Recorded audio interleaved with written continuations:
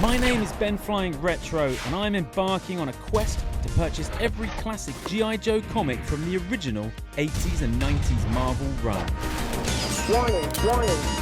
Hunting down individual issues from every corner of the globe in whatever order the universe decides to give me. Join me and my pal Steve every week as we discuss my latest find.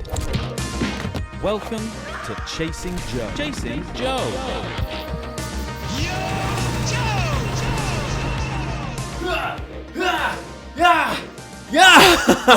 It's Thursday.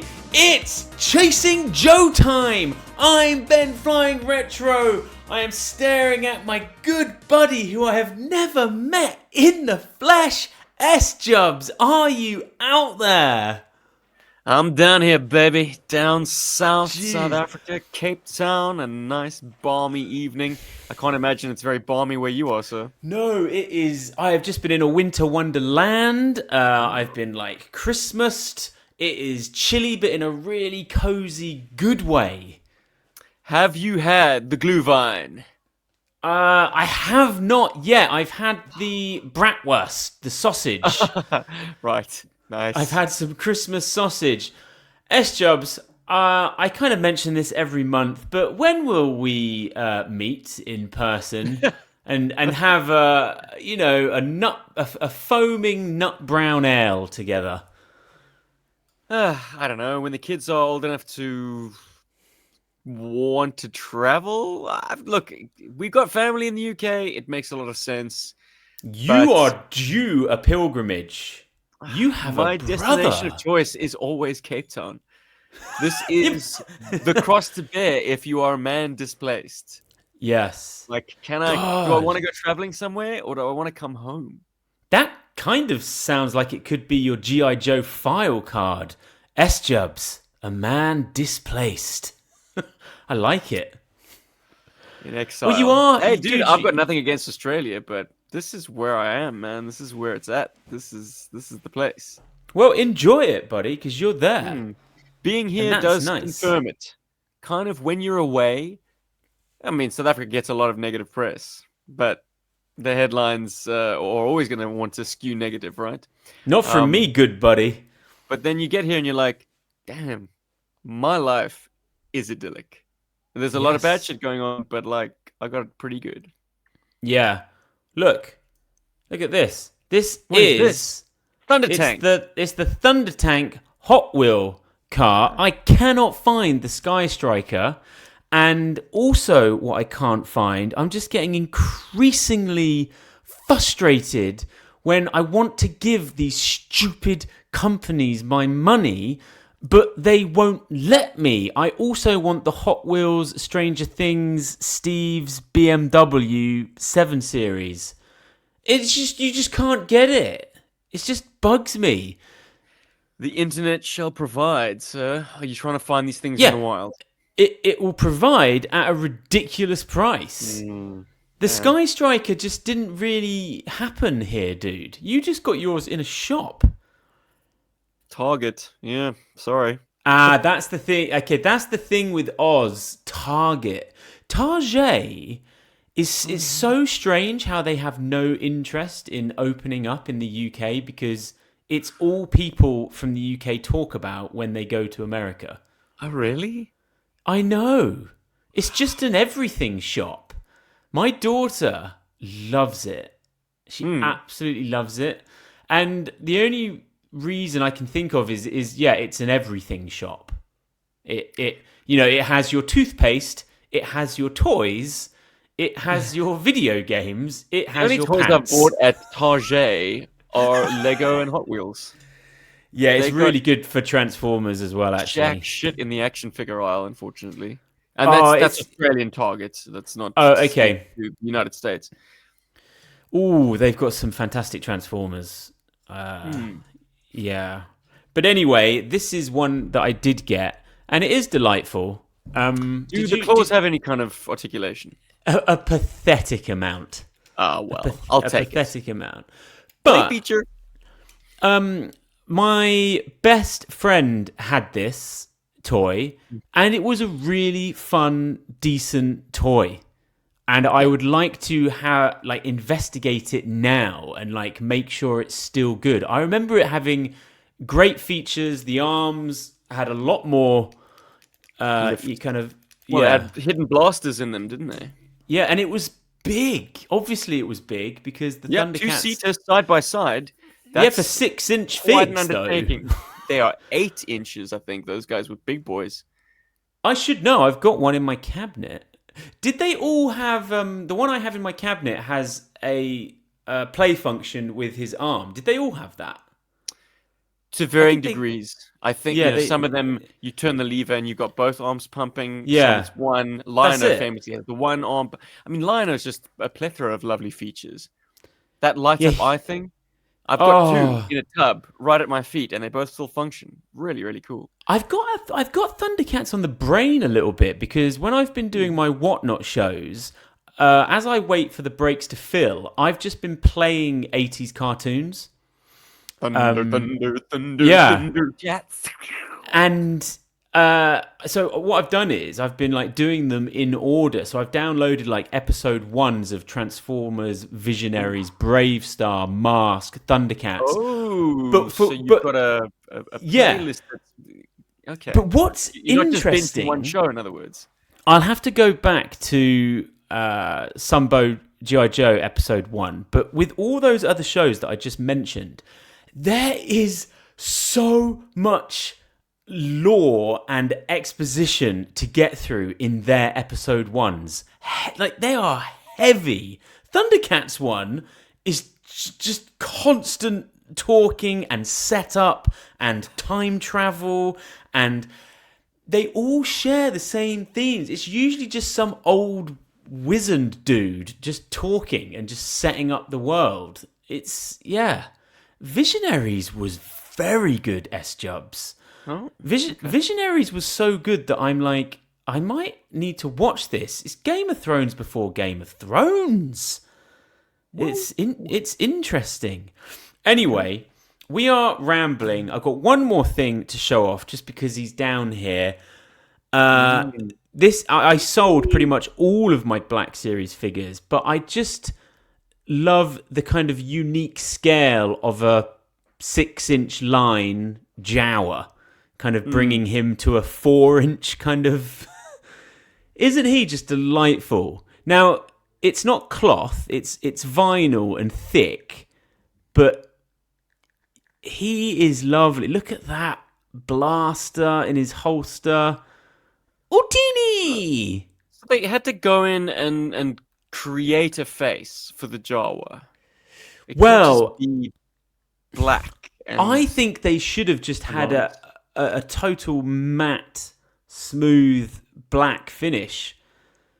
But instead, they've gone for the kind of like rags, like it's black rags. Okay. It actually looks a bit like Mum-Ra. But I know what you mean. What they should have done is just have it... Yeah, because we don't know what they are, do we? Well, presumably they do have a face, but it's something that's so dark in all the prints of A New Hope that you don't see them. Interesting design, interesting shortcut. Actually, you don't want to sculpt faces for all of your actors; just make them a set of lights. That's all. That's all the facial feature Jawa has. I will say one good thing about The Mandalorian, that damn Disney show. Episode 2, Season 1. There's a sandcrawler, and he is scaling it, He's scaling the side of it. He gets to the top, and the Jawas almost have some kind of sun deck going on with kind of like loungers and a brolly up there. I swear there's a Ralph McQuarrie beautiful art book that I have. I know the one you're going to say. Some of them are kind of broken down in different and more interesting ways. Some of them are a little bit topless and like they have very other, like that thing. I think it had a crane arm or something. Yeah, it's just nice to get some variety. Of course, these are all going to be quite workshopped and broken down. Circa 2000, I don't know whenever Attack of the Clones was coming out, teaser trailer, I remember losing my mind. Like a beautiful wide shot. It's at night and Anakin is asking a Jawa for like directions. And you can see in the background like 3 sandcrawlers and they've got their door open and the light is just pouring out. Oh, the anticipation and then the hurt and the pain and the anguish. Then it cuts to that ridiculous, like very stagey green screen effect of him riding the speeder, and it's just like the camera. It's not so hard to make it look good, George. Like, why? It's not difficult, George. Hasn't aged well, but God damn you, George! Look, they were pioneering something entirely new. Yeah, they really were with that film specifically because they shot Phantom Menace on film, and Episode 2 was the first ever film to be shot digitally. Wild. Yeah, it was wild. We've got a show to do. GI Joe. GI Joe. It's episode 65. I couldn't find my normal mailer for these issues, but that should be a clue.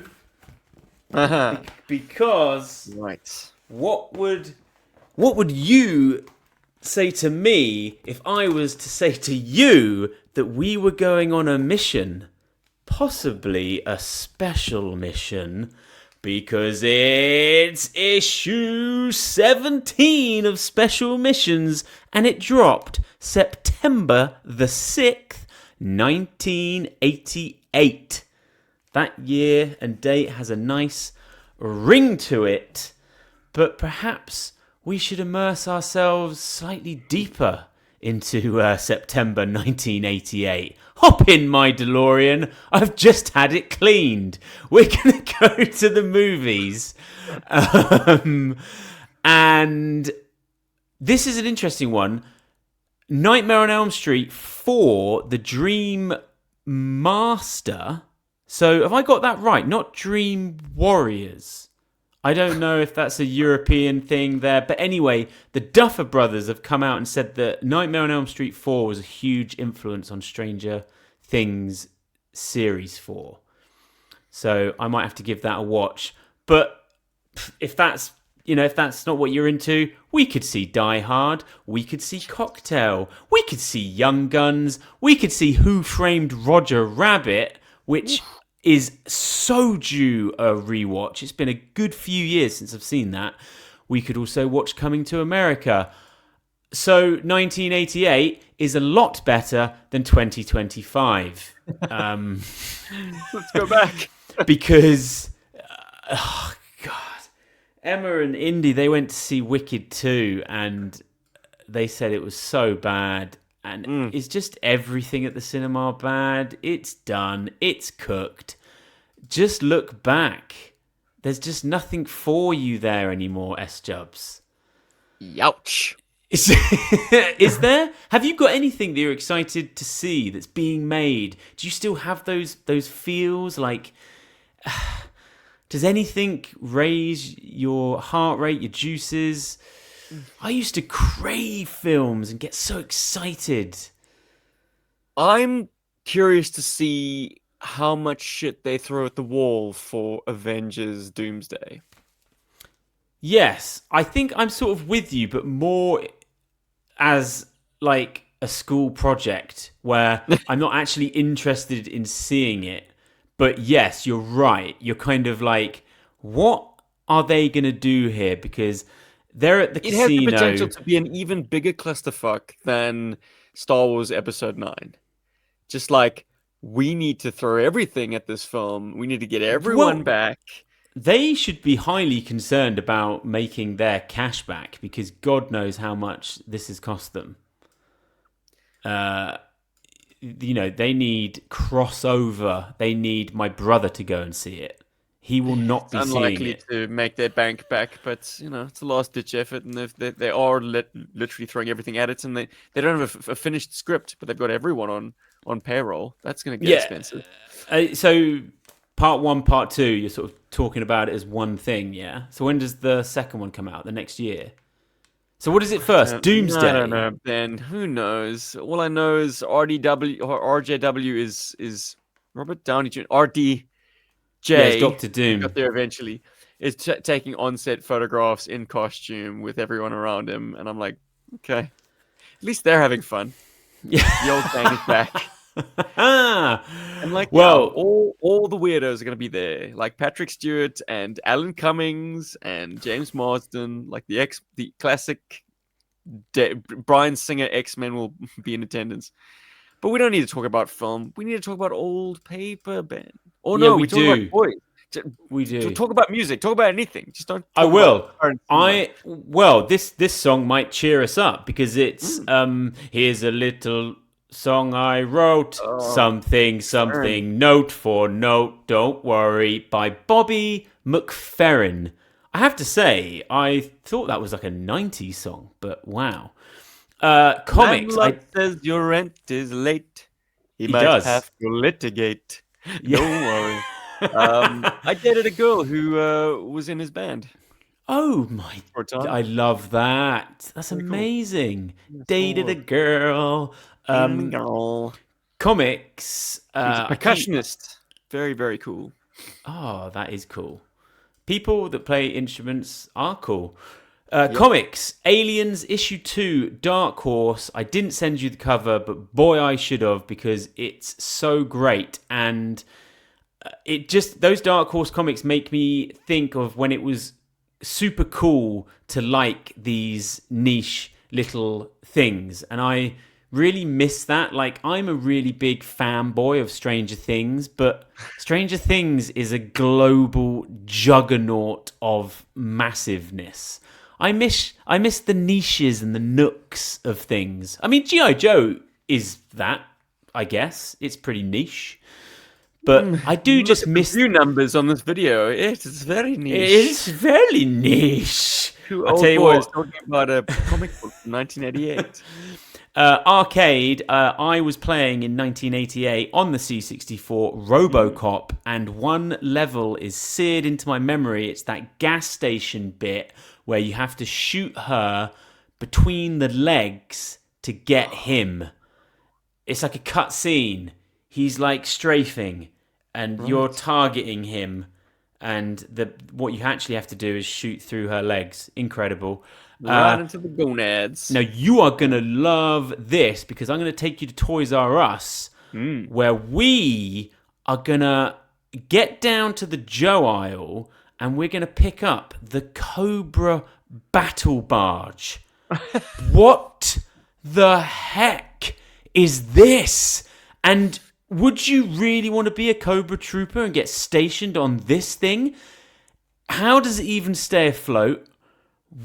Like, what are you doing with it? It was missing from my childhood, but boy, Chewy, I would have bought the heck out of this if it got a UK release. It's got some radar communications equipment coming out of the top, so what's it for? Do you put them out at sea and they act as like communication buoys? Well, they got big honking guns, so they are. They're a battle barge. I just don't know what it is. Look, they'd be best automated, but I guess in much the same way as the Toxo Viper is seen as a punishment, getting battle barge duty, equal punishment. Like, maybe they're just tethered it with Toxo Vipers. It's not tethered to the ocean floor.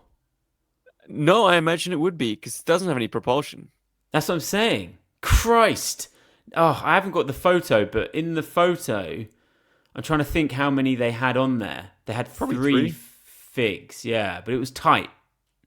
Well, look, GI Joe's still surprising me. All along Cobra Island, they're effectively like manned mines. Yeah, but that's a long, lonely night shift on that. Jeez, I hadn't even considered being out there past dark. Like, we forgot to scoop up the guys on Battle Barge 057. Tough shit. They got rations. Yeah, like some Techno Viper is kind of like, keeping an eye on all of these floating. Like, he's maybe got 50 out there. Oh my god! We forgot 47! Okay, so on the same train of thought in this toy shop of things that I didn't see in the UK, Night Force, 1988, Night Force, vehicles, Nightshade, Night Raider. These are really interesting to me, and they just did not get any kind of Action Force UK action. What? Oh, jeez! And you just pull it out.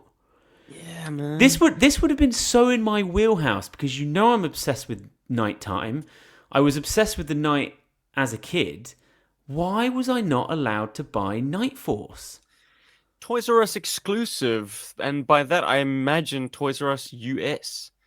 So their exclusivity, was absolutely a domestic release. Yeah, and also international release. What was the whale called? Night Striker? No, Night Striker. But what? Somewhat limited, like still mass produced, but mass produced exclusively for Toys R Us, if that makes any sense. Yeah, well, it does. So it's actually not as mass produced, then, is it? Because you're only making it for one shop, so you would make substantially less. And the prices on the aftermarket are definitely indicative of that lower run number. Because half a bag of sand, Boomer and Night so the Sky Striker and the Whale are both extremely pricey. Here's what I'll say, just from looking at all of the vehicles. Are they nuanced enough? They are just jet black.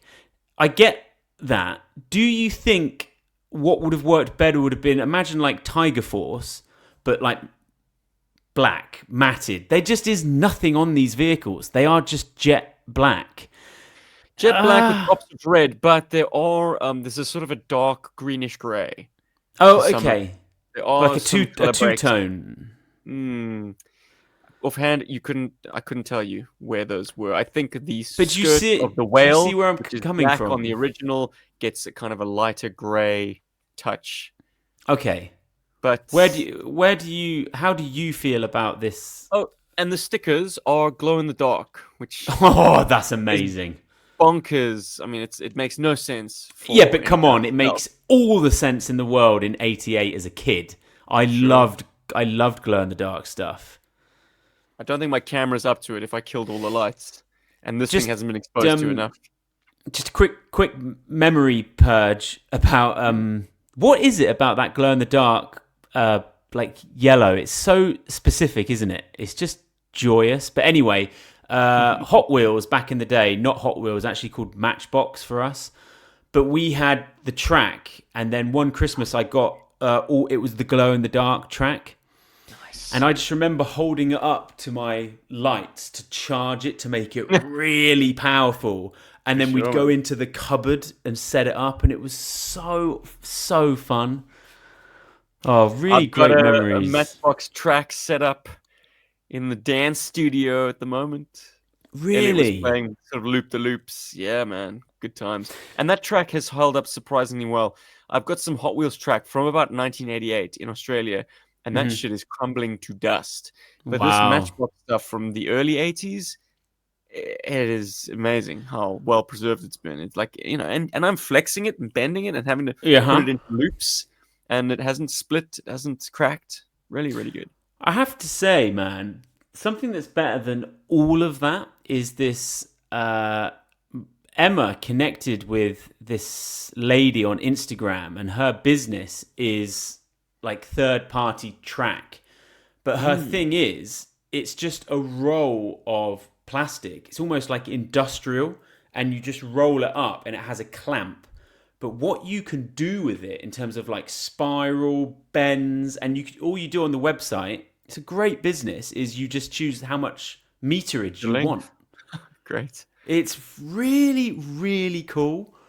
It's so much, and it's obviously that unique size for Hot Wheels. Yeah, it's cool. But what's not cool is that I can't remember the brand name. So I'm rubbish. Well, if it comes to you later, I'll put it in the description for this episode. Yeah.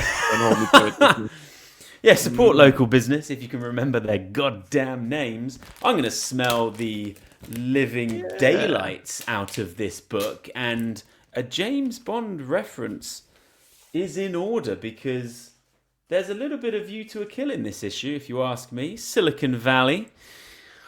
I'm going to smell it. Die Hard too, I'd say. Yeah. A heist. Yeah. And the goal of that heist isn't entirely apparent. It smells like when I was working in Melbourne and we were like going into like places where, you know, bogans had been and we were clearing out mattresses and it smells quite vagranty. You've had a storied life, my man. It's not... Look at him now. One whiff of that comic book and it brings back pissed mattresses. Yeah, I hate to say it, but that's what we were doing. It was rough, man. Look, job for an immigrant. Yeah, living that backpacker life. Damn. So Look, you weren't picking strawberries. You were picking shit. I did apple. But my apples story is like just as dark as the Shawshank. No joke. Christ. Yeah, all right. They pay you what the rent is. I don't understand. You just get trapped there. That's not backpacking. That's prison. Anyway, episode 65. This cost £1.60. I've spent £270, 68 pence. I've spent 357 US dollars. I've had 22 heartwarming donations. I've smelt this thing. Let's talk about the cover. Stalker has got the pin of the grenade that he just... Is that a smoke grenade? Or a flashbang? What is it? I assume a cylinder indicates that it's smoke. Yes. Yeah. We learn that this is a hostage situation he's dealing with, so the smoke, or tear gas even, makes perfect sense. Yes. Because as far as he's concerned, the terrorists holding the building are flesh and blood human beings. Well, we'll wait until you get into your synopsis. But look, nice details of the pin literally right between those pearly whites, and then also the bar of the grenade popping. Spoon. It's a nice moment. Oh, it's great. And Muskrat looks hyper cool. Yeah. Oh yeah. I mean, 12 gauge getting ready to blast. Someone like Muskrat, do you think he would have that sort of big old revolver round his belt? I mean, yeah. Hey, dude, sidearm. Don't mess with the toys presentation, if you ask me. No. Though, I think Muskrat's action figure, which I have with me, it actually has a big old knife sheath on his right thigh. I do love him. On his chest. I do love a military-based flashlight. Always have. Yes, that's another detail that they added, or I should say, Ron Wagner added on pencils for this cover. He's got that sort of angle head torch in more or less the same place Outback's is on the thigh. Just the opposite. It's fun. Thigh. When you used to get one for Christmas or something, you'd always get the little, the different like ND filters. You know, you'd get your red, your yellow. Oh, sure. And immediately you waited for nightfall to do some low crawls through the garden. With that red on, yeah? With the red. Yeah. Damn Check straight you map. did. Oh, god damn it. Look. Great cover. It's a really good cover. You can tell it's at night just by the blues and the yellows. Yeah, it's lovely. But let's get into it. Things kick up a notch when we open with Dusty pointing a flashlight right down the barrel. Yeah. I tell you, what a lovely flashlight-based segue we've just had. Yeah, man. I'm here for that. Yeah, let's do your synopsis. You're famous for these. Oh, well, it's your classic special missions setup. Way too many word balloons. Basically, mama. GI Joe is being dispatched to a hostage situation in Siliconville. Presumably that means Silicon Valley. Yeah. Big tech guy with a massive defense contract is under attack by terrorists. They've got hostages, presumably, and G.I. Joe has been sent in to defuse the situation because the feds and law enforcement have their finger up their butts. And also, this is a defense situation, big defense contracts, so obviously the military has an interest in putting it down. But there's more than meets the eye. Seems the local cops and this big tech bro were actually trying to cover up the fact that they were overcharging the government. So they brought Cobra in to destroy all of the records. The and accounts. make it look like a hostage situation that gets botched. But Joe has kind of the last laugh because Cobra kind of obviously double crosses the tech bro. They get outed anyway. And we close out with a lovely scene of the Joes like sort of just basically saying like, did anyone get killed that shouldn't have gotten killed? No. Then we did our job. It's a nice bookend in the W column. Because it is convoluted and it's very political, and obviously the FBI is trying to cover their ass as well. And GI Joe. I give you the FBI. I know, dude. Rats. Larry does not have a kind view on the feds. It is so borne out in Special Missions. They are so chiefly the baddies of this book. Die Hard informed me about how I felt about the FBI. So I grew up in the 90s thinking that the FBI were like clowns and not good at their jobs because of Die Hard. Because Hans Gruber like plays them like a fiddle, like a harp from hell. So I grew up thinking that they were like worse than the regular police. Weird. Anyway, then my perception of them was turned around by the X-Files. Oh, dude, you are talking for me. I was literally about to say the same thing. Oh, sorry. That's amazing. Love that. But then a lot of what Fox is doing, and Dana as well, is kind of running against the FBI. They're trying to eventually squash them. So, once again, it makes the Federal Bureau of Investigation out to be the bad guy. Just off topic quickly, do you have a rewatch in you? For X-Files? Mm-hmm. I'm curious to see how it's aged. Because get involved... Because the fact that all TV back then was obviously viewed in 4:3, but let me blow your mind, they shot it in 16:9.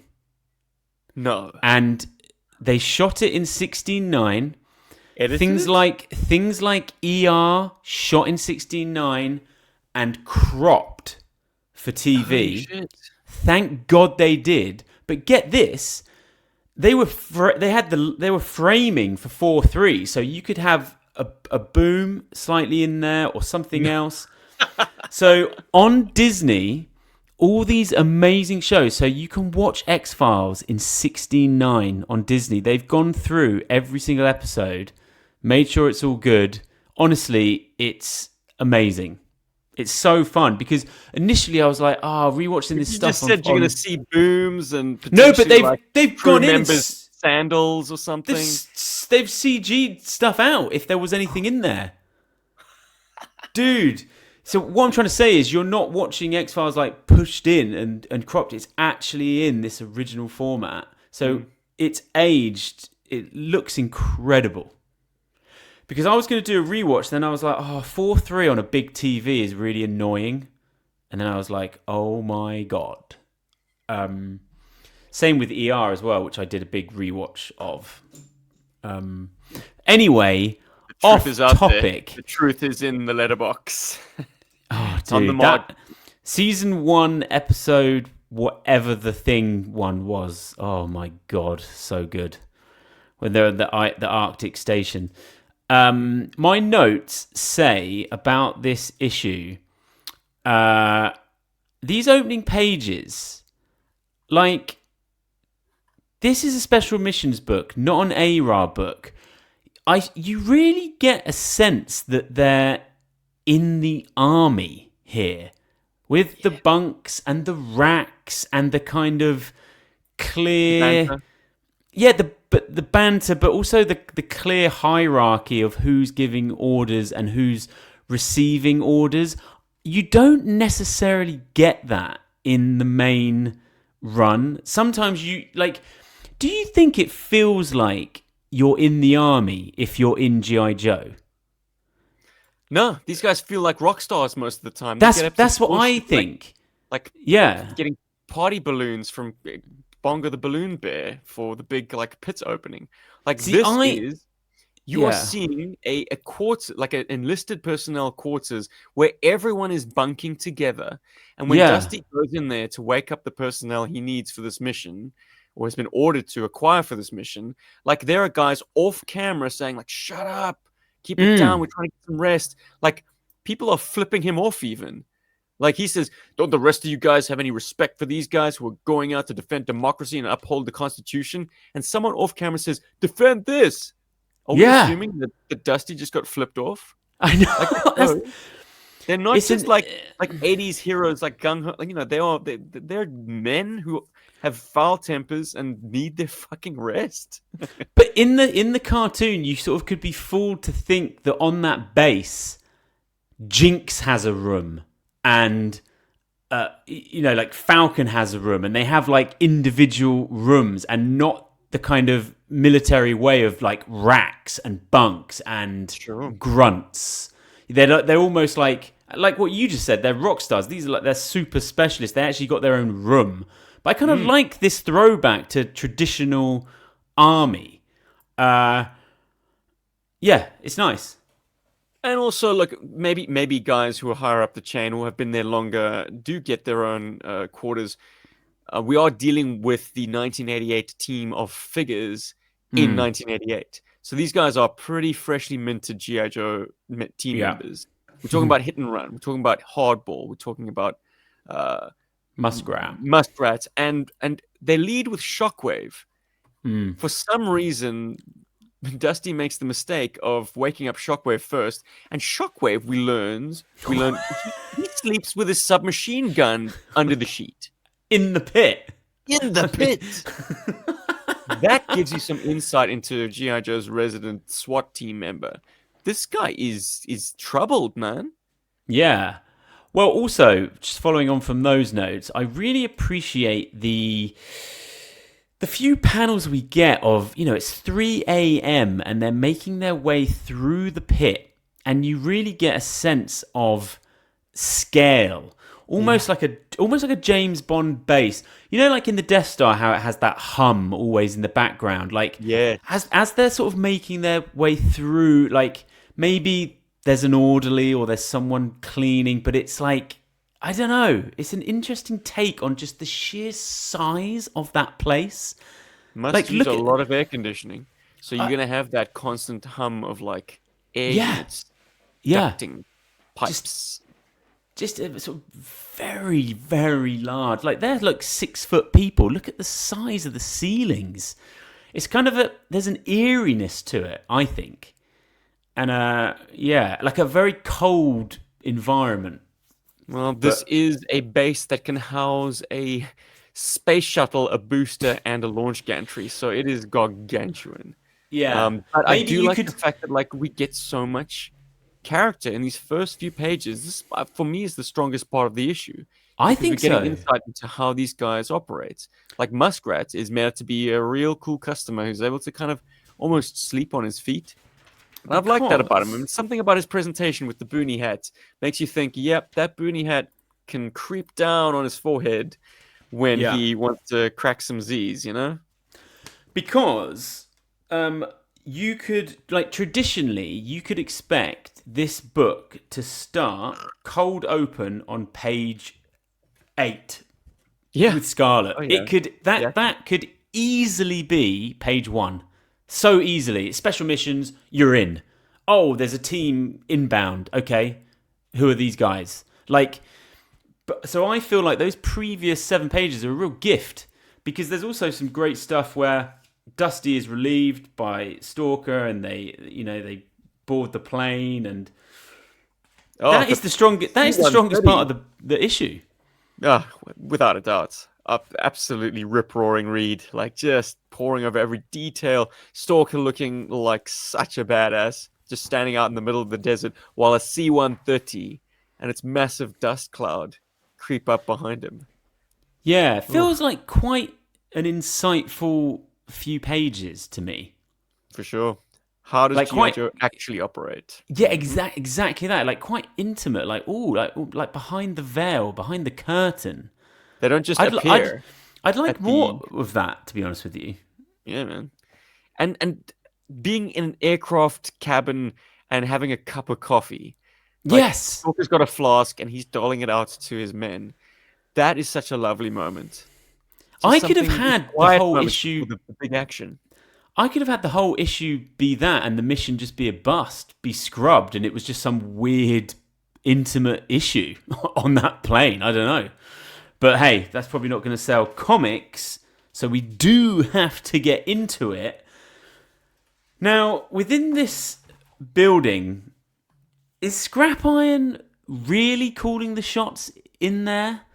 Because in the same way that Dusty was being chewed out or flipped off, we've got a Toxo Viper and a Techno Viper doing exactly like what I would have played with those figures, like opening some door or doing something.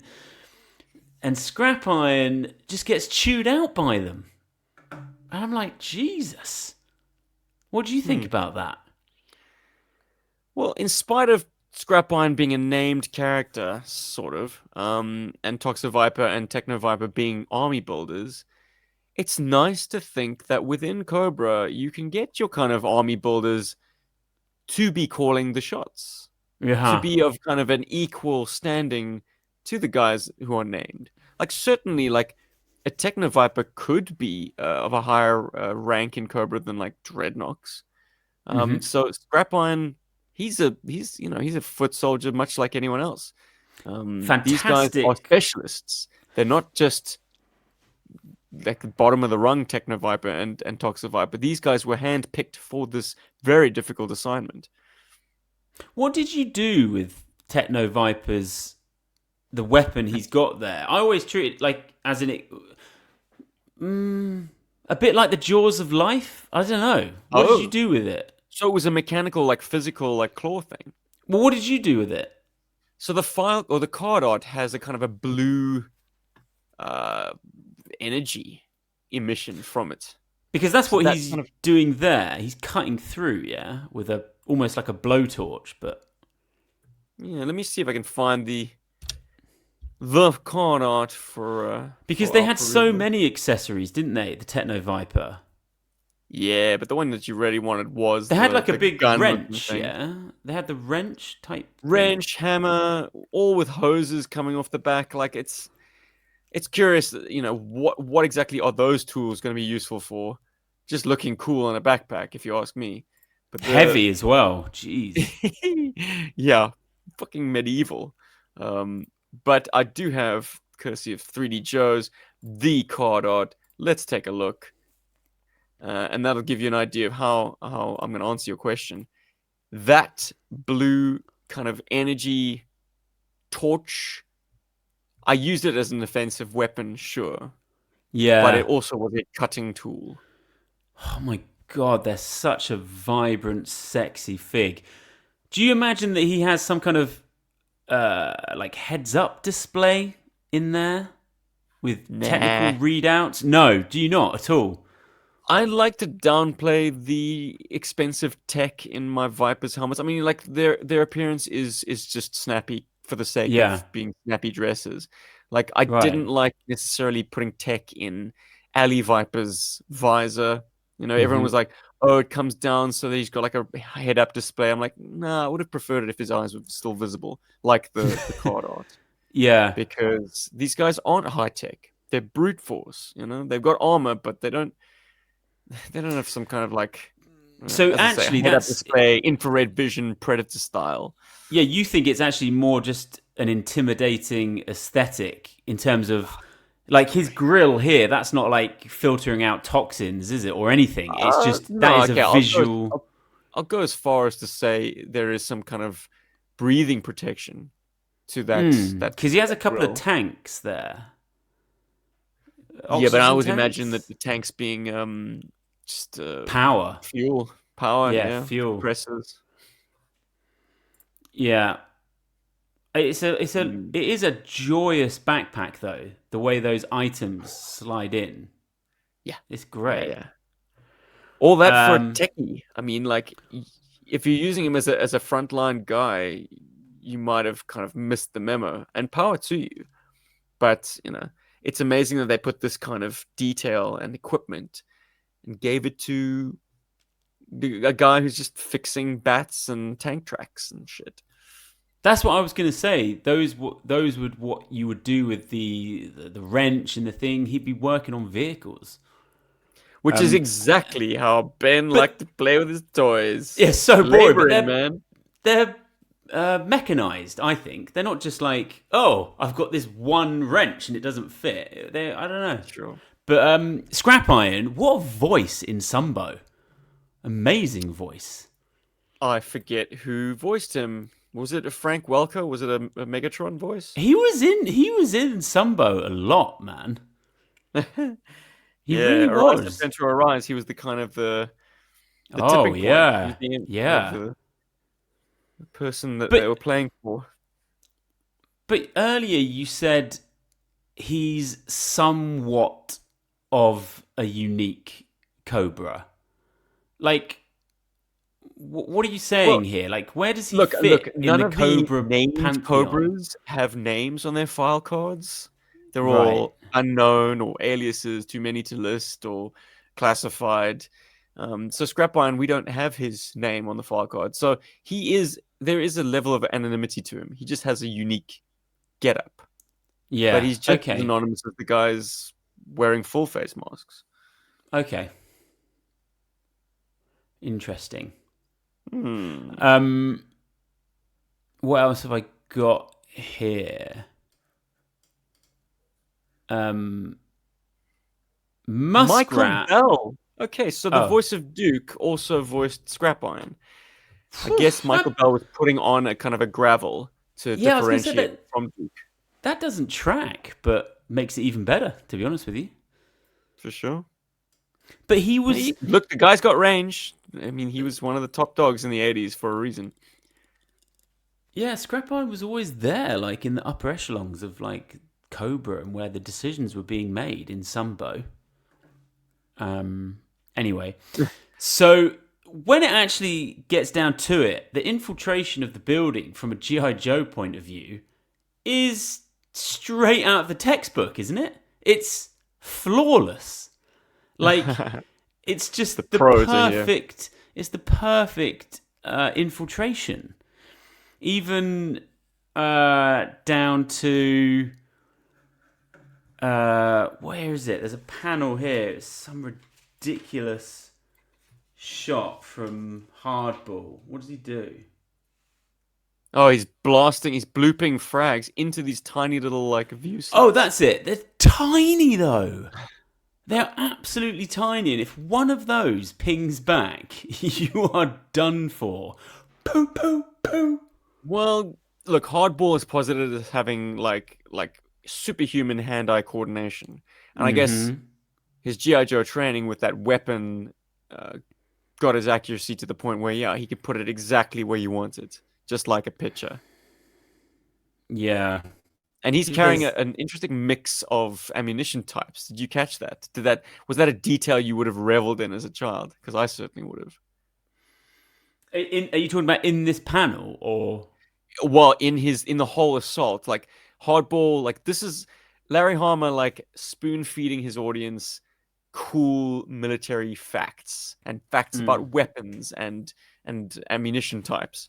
So Hardball is rocking his first 3 rounds of this 8-shot multi-shot grenade launcher are like tear gas. Oh yeah. So they're trying to do their best to not harm the hostages. They want to take this building with at least with the hostages as a little loss of human life as possible. But they seem to have an open sanction with the terrorists, which is as it should be. But then his next 5 rounds are alternating fléchettes, which are it's a French word for like little like shards of metal or knives, darts, basically. Ooh. So it's a round that just explodes into. I mean, it's fucking should be against the Geneva Convention.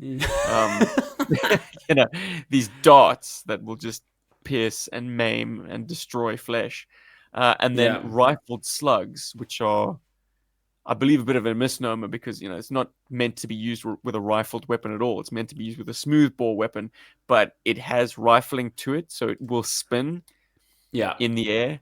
It's just a giant, solid piece of lead. Yeah, So these that red will. these red ones on his rucksack, yeah? Oh, who knows, man? You play your figure the way you want to. Yeah. Because yeah, the cool thing about good old Hardball's figure is like even the figure sculpt has additional ammunition, and the Yeah. backpack is absolutely replete with like grenades or whatever rounds Yeah. he's got packing, like on the top, on the sides. Awesome. I would just always play with him and just make that noise, like poo, poo, Oh, so as those satisfying. things, That was the figure you bought for the gun. Yeah, Make no mistake about it. totally.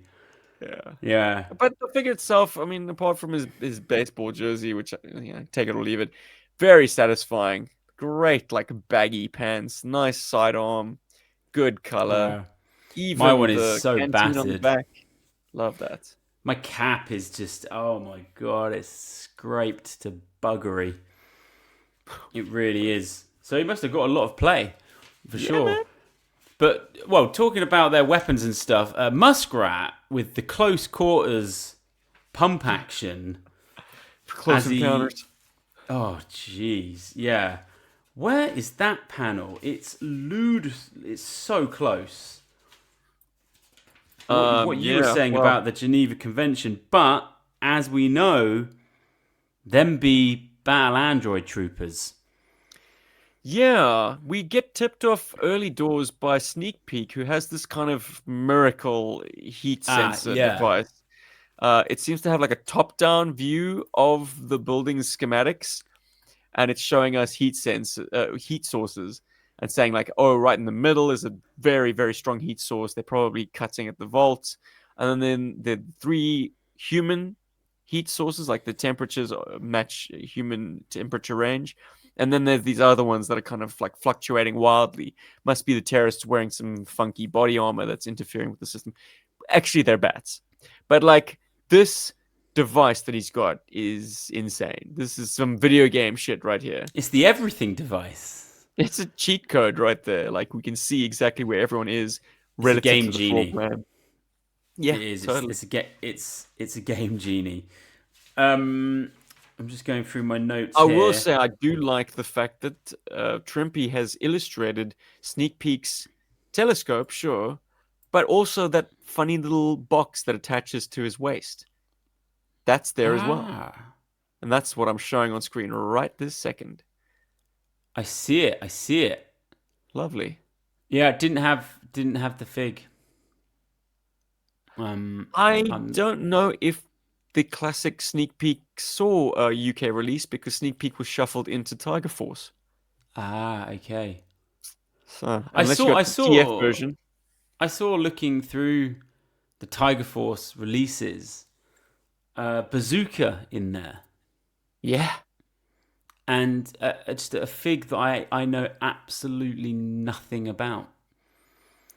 My understanding is, I don't know if version 1 Bazooka made it, and Tiger Force Bazooka, like, he was a United States release, so maybe...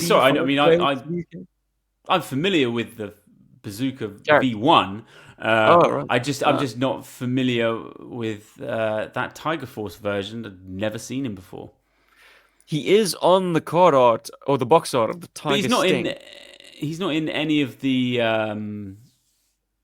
solicitation, the Tiger Force images that me and you went over. The what did you call it? What was it? The leaflets. We call them leaflets, but they're catalogs. Yeah. Yeah, but what's the catalog that we reviewed on your channel? Oh yes, that was the 1991. Lux. Oh no, the Benelux. All right, Benelux. Okay, yeah. I just don't remember seeing Bazooka Tiger Force in any of the release stuff. So I literally just found out just then when I was looking at the line. I was like, oh, I didn't realize Bazooka got a Tiger Force release. Do you have him? I do not. My buddy Paul does. Right. Because haven't you said that you find that kind of American football jersey a little bit rich, then well maybe the Tiger Force version was I don't know, more subtle for you. What, by being in all white? Just the color palette of him. Oh, look, I'm now at a stage where I enjoy GI Joe being this kind of team of like misfits. Make them Yeah. look superheroic. I mean, Hmm. like special forces operators can kind of have freedom over what they wear. Yeah. Um, I mean, maybe a football jersey is a little bit, yeah, as you say, too rich, but it's an early a way of kind of inducting that into GI Joe. You know, in addition to all these guys who are strictly wearing OD green, you've got a dude who's rocking a football jersey. Why not? As long as Yeah, he I gets mean the job done, right? I never had him, but he was caught in my kind of heart because he was always popping up in Sunbow. Just around, you know, in the back. He was just you'd always spot him because he had that red American football jersey on.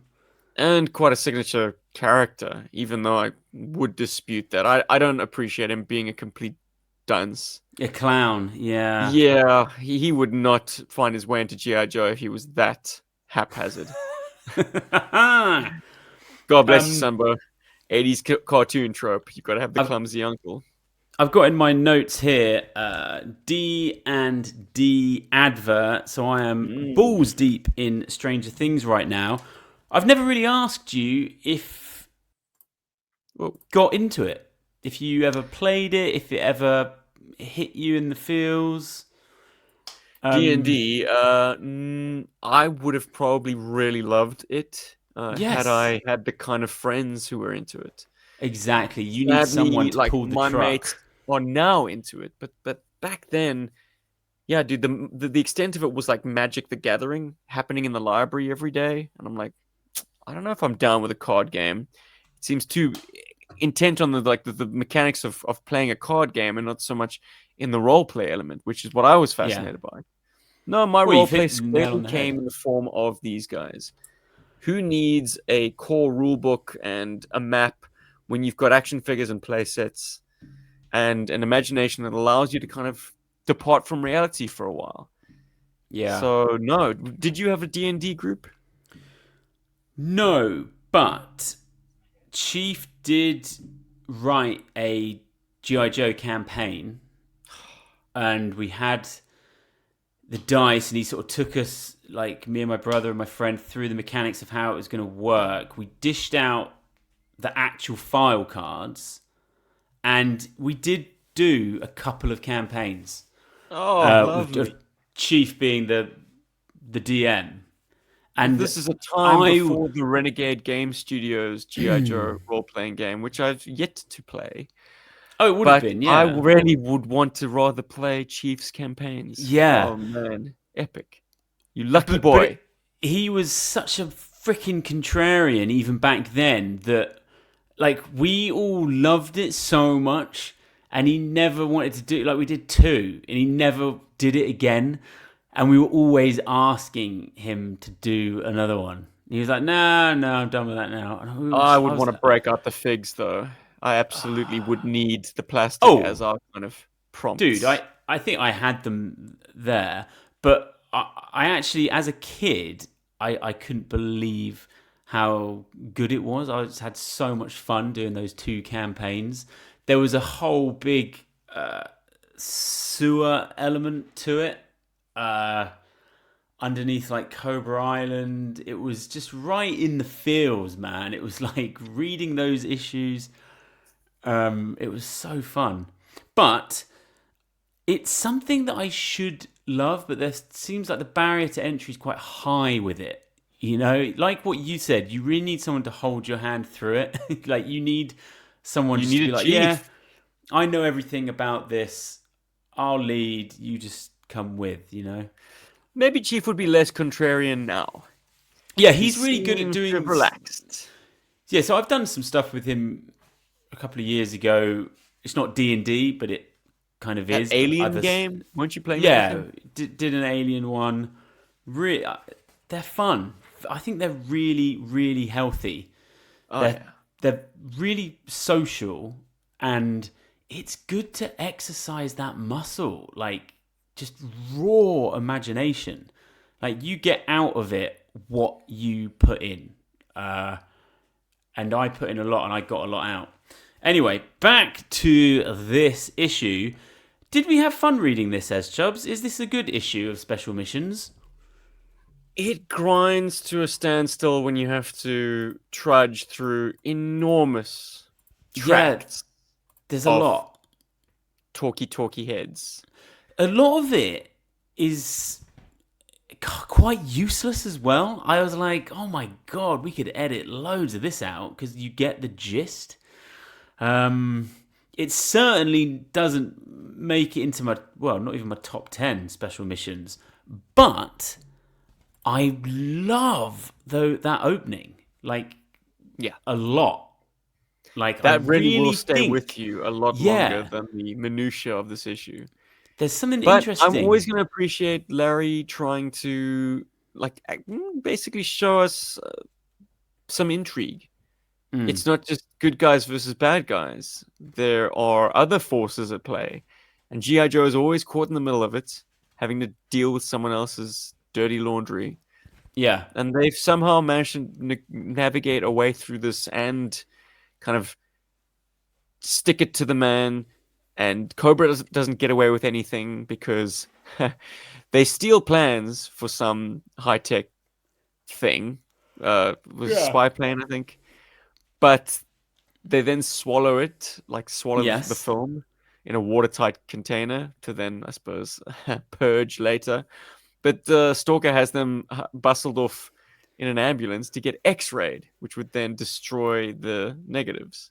But there's a little bit of suspense there because for a few panels you're like, oh my god, Stalker, are you joking? Because you think that he's been duped, and it's some good dialogue when he just chucks it in there. We're going to get them X-rayed in case they swallowed anything. He does know exactly what's going on, yeah? I mean, that's how I read it. Yeah. Yeah, he's fully in the loop. He's managed to outmaneuver everyone by the end of it. And that's terrific, man. That's very satisfying. And once again, it's very ambitious for what started life as a toy book. We are getting the author basically telling us stories that have kind of he's been wanting to tell. Like, this is inspired stuff. Yeah. You know, he definitely, this idea percolated with him for some time, and he found this is the perfect vehicle for it. This particular issue of Special Missions. It's got so much, man. I didn't mind this issue at all. I was actually very happy that Special Missions 17 got pulled today. But don't you think it's got a nice bookend as well? That it doesn't end on page 29. You return to the bunks, to the racks. Oh yeah, it's nice. And the kind of where's the kind of confusing line where did we shoot the right people, the wrong people? Where is that? Why can't I find it? Oh, it's Muskrat. Oh, is it Muskrat? Tell me. Did we shoot somebody we weren't supposed to shoot, or not shoot somebody we were supposed to shoot? Hardball says no. Then Muskrat turns back into his bunk, puts his head down, and says, "Then we did our job. That's all that counts. Yeah. Good night." Dude, that's a great ending. It's good. Yeah. It is good. Now, I haven't... Soldier's role. I read this right before we recorded, so I have not read Special Dispatches. Is there anything interesting or of note in these letters? I guess this is the Special Dispatches that comes in the wake of a non-figure character losing his life. The character of Mangler. We've not read that Special Missions on Chasing Joe yet.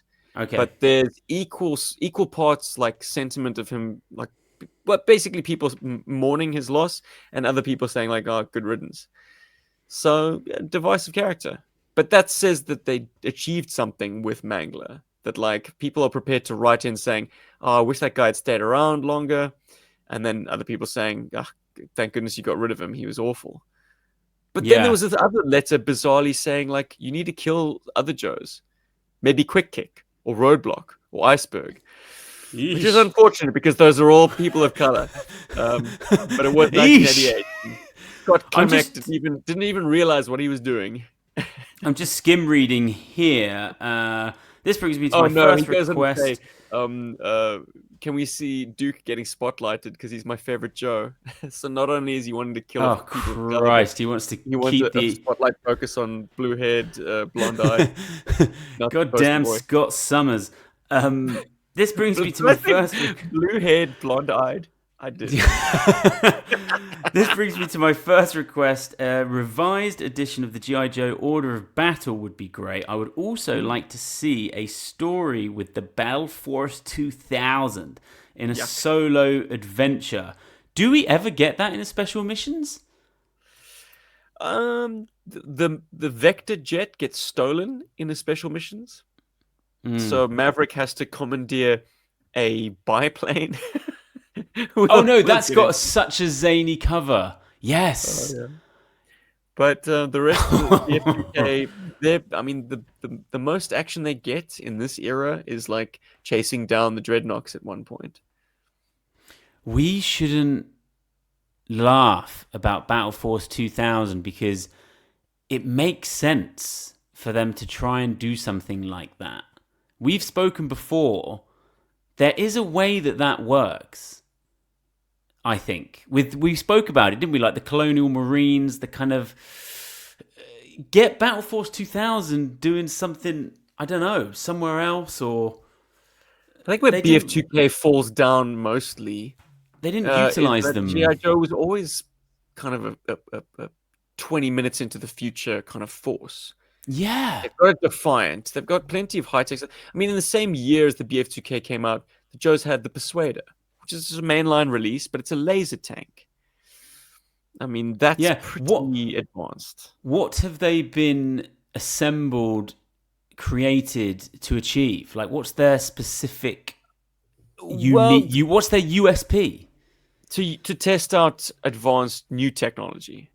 So these guys are basically just going to be at the range, testing out their various vehicles and weapons. Testing, running in. Sorry, I'm just quoting Transformers books. What I'm saying is, test it. I mean, it's not really thrilling, is it? You've got to put them in better situations than that. Their vehicles, which they weren't included with, that is they'd assemble, really cheeky of you, Hasbro. But their vehicles all had component parts that would separate from the vehicle and assemble into the future fortress, which also just under-designed, man. Can they not click together in some way, please? Yeah, I'm going to sit down and look at the figures and what weapons they came with. Interesting. I was going to say, because there's room to play there. I big give magazines, the designers of the time cartridges. Oh no! Yes. No! The weapons themselves. Look, this is what becomes a shock when you get a little bit older and you start reading reference material around these toys and their production. Like, the designers did their homework. They input a lot of like future tech into GI Joe designs. So if you examine the sculpts of the BF2K, it's not just all Flash Gordon nonsense. Sometimes there are elements that are like, that's an anti-static wristband to stop charges from building up and zapping his weapon. And I'm pulling this out of my ass, but it's interesting you should say that. I actually just bought 4 wristbands. Okay. I bought 4 wristbands for paddle. I thought where I've been going wrong with my paddle, I was like, why am I not wearing sweatbands? What the heck am I doing? So I ordered 2 pairs, and I tell you what, I absolutely love them. I mean, look, I don't think they're going to look right with Battle Force 2000, but whatever stops you from accidentally discharging your weapon, go with it, brother. Dude, I'm so addicted to paddle. I just book. You played today, now. Right? I book a court by myself, and I just wait for it to populate. I just play with strangers. That's actually what you're meant to do. It's the modern day arcade machine, and you are rocking Street Fighter 2. I'm so addicted to it. You got your quarter up on that cabinet. I was trying to explain it to Emma. I don't know happened to me? I'm like actually addicted to playing this game. Must be the endorphins. I don't know.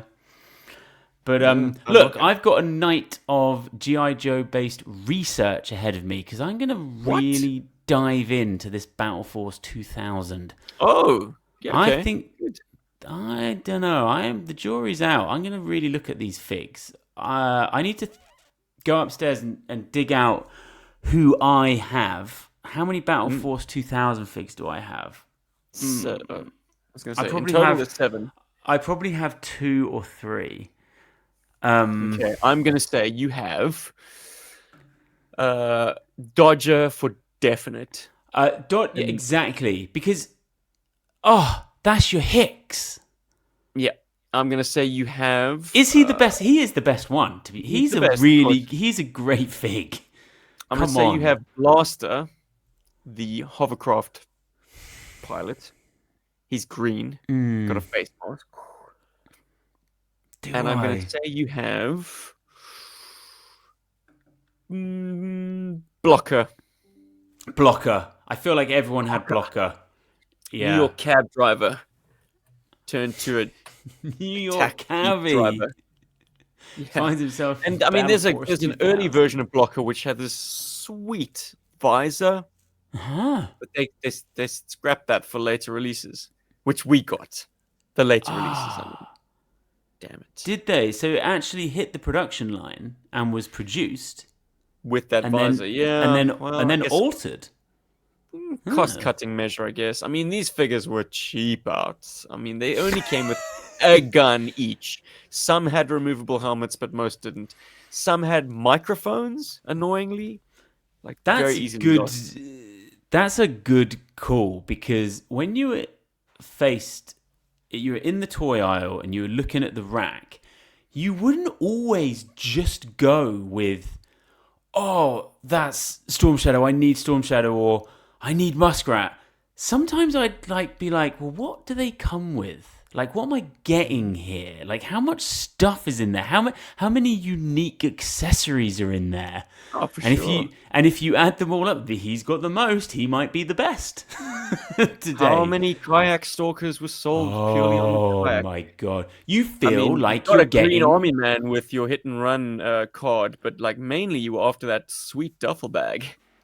Exactly, it was bulbous in the blister. Like, you felt like you were getting a mini vehicle with that stalker. Like, you really felt like you were winning. He was 288. He was the same as all the other buggers, but you got so much more. And now you spend 25 USD Tracker for a figure that comes with one accessory. Is it Tracker? Who comes with the dinghy? Yeah, Tracker. Dude, come on. They did it again. They sold some trackers, buddy. I need to find that dinghy. That dinghy has been, you'll love this, perpetually in all of the different bathrooms of my life, and like up until now, I'm 44. What does that mean? That freaking dinghy is in the bath, the bath toys for the kids. That dinghy's just there. It's just there. And it's never torn and no. Wow. That is so cool. I've lived in a lot of different houses. It's just great. It stood the test of time. It avoided your mother's great purge. It's got a full-sized, like, valve. The mouthpiece, yeah. Full size. Well, no, it's a little bit smaller than the average. Is it? I think so. I mean, it depends what you're used to, but yeah, like it's a bit daintier. Oh, what a show this is. Look, get into the comments. Try and make sense of what we're doing here. All I can say is we've discussed the heck out of Special Mission 17, maybe more than anyone on planet Earth. And then we had a good old chat about Battle Force 2000 at the end. So it's been a fun show, S-Jubs. But I agree. It is time to call it a night here, because I'm on the paddle court tomorrow and I have to research Battle Force 2000, but I also have to get on the foam roller and iron out my aching, weary muscles. Don't know So how he does it, ladies and gentlemen. until next week, I have been at BenFlyingRetro. You've been S-Jubs. Just come back next Thursday and we will be here. We have not missed a week since the conception of this show. But if you want more Ben Flying Retro, dude, people who play, of course, your wife, people who play, do a podcast, but your whatnot, that's every Monday, right? Yeah, every Monday, whatnot shows. I've got some Star Wars Galaxy art cards coming up. I've got some Stranger Things coming up. Amazing. Yeah, I'm actually doing a little bit more on my Instagram. I made a video today talking about carrots and Dak from The Empire Strikes Back. If you can figure out how carrots and Dak go together, go to my Instagram. I do love I'm not massive on Family Guy, but I do love the something dark side, where he's like, Dak's like, I feel like I could take on the whole empire myself, and then he goes, oh, Dak's got this one, everyone, Dak says he's got this, and Dak flies off, and he flies right up to the Star Destroyer, and he's like, time to suck some Dak, and the Star Destroyer just goes, and he just blows up. Oh, it's good stuff. Well, Dak. And we'll be back. like Dak wasn't, we will be back next week. Until then, yo, Battle Force 2000! Curiously not in the issue we just discussed. No. Goodbye, everybody. Goodbye.